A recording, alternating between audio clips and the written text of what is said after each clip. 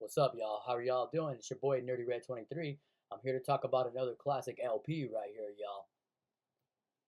Outkast released their debut, incredible, incredible debut album, Southernplayalisticadillacmuzik of April 26, 1994. Happy 32 years to this Southern hip hop classic right here, rap hip hop classic, big time.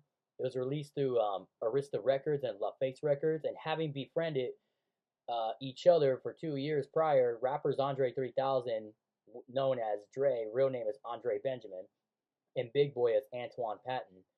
They both pursued recording music as a duo and worked with production team Organized Noize, leading to a record contract with LaFace, with the team producing. Outkast recorded the album at the Dungeon D.A.R.P. Studios, Purple Dragon, Bosstown, and Doppler Studios, all in their hometown of Atlanta, Georgia.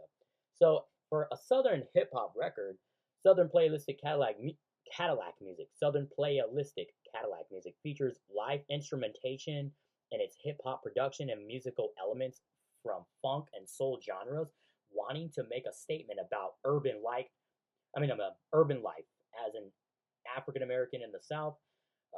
Outkast had wrote and recorded the album as teenagers and addressed coming of age themes with the album songs. They also incorporated repetitive hooks and southern slang in their lyrics.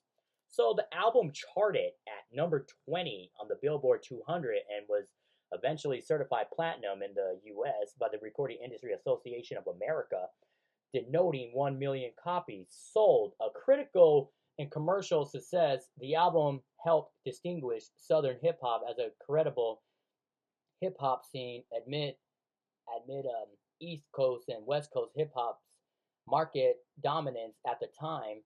It has since been viewed by music journalists as an important release in both hip hop and Atlanta's music scene.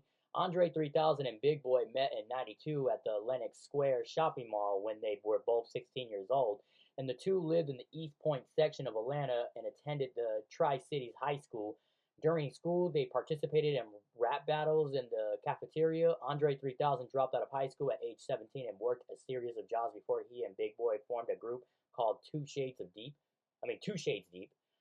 He returned to obtain his GED at a night school following the release of Southern Playalistic Cadillac Music, and they both, excuse me, they briefly dabbled in street hustling to save up for recording money, and the duo also spent time at their friend Rico Wade's basement recording studio known as the Dungeon,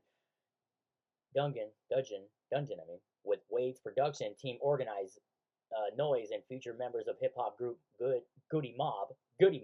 Outkast had recorded demos at the studio, and Organized Noize member Ray Murray helped Big Boi, whose strength lay in songwriter developed in his rapping skills. After several local productions, the team was hired by LaFace Records to produce remixes to songs from TLC's 1992 album. Oh, on the TLC tip.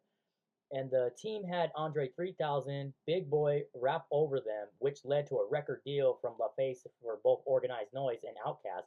The commercial success of Arrested Development's 1992 alternative hip hop single Tennessee also encouraged LaFace to sign Outkast, the label's first hip hop act.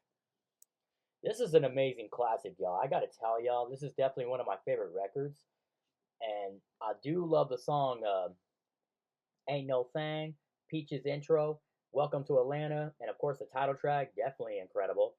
Call of the Wild, featuring the Goody Mob, Players Ball, Claimin True, Hootie Hoo, Get Up, Get Out with the Goody Mob, and Funky Ride, and Curmblin Erb, and True Dat. All classics, y'all. I gotta tell y'all, this is definitely one of my favorite albums. I would never stop bumping this Southern classic right here. So, more to it, more history to it. A Southern hip hop album, Southern Playalistic Cadillac Music, incorporate analog elements such as the Southern style guitar licks, language, soul melodies, and mellow 1970s funk grooves mixed into it. And it also features the digital hip hop production elements such as programmed snare beats, booty bass elements, including the Roland TR-808 clave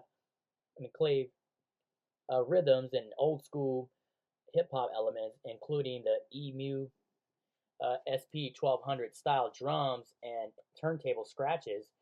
And music writers characterize the album's music and beats as clanky and mechanical. Ronnie Surig of Attention to Life. Sorry. I meant to say Rolling Stone comments that the music shows clear depths to East Coast bohos like the native tongues and a West Coast level of attention to live instruments and smooth, irresistible melodies. And Oliver Wang's classical material music writer Tony Green delineates the album's release and at the tail end of a second hip hop golden age, a 2 year period of through '93 and '94 that spawned the Wu Tang's Enter the Wu Tang 36 Chambers and Snoop's Doggy Style, De La Soul's Balloon, Mind State, and Nas's Illmatic, and A Tribe Called Quest's Midnight Marauders, and comments that like many albums released during that period, Southern Playalistic allude to its roots while clearing the way for a new direction that used the Peach Cobbler soul funk of the Organized Noize production crew as a starting point. This is definitely just classic, man. Nobody could ever touch a classic like this ever in a lifetime.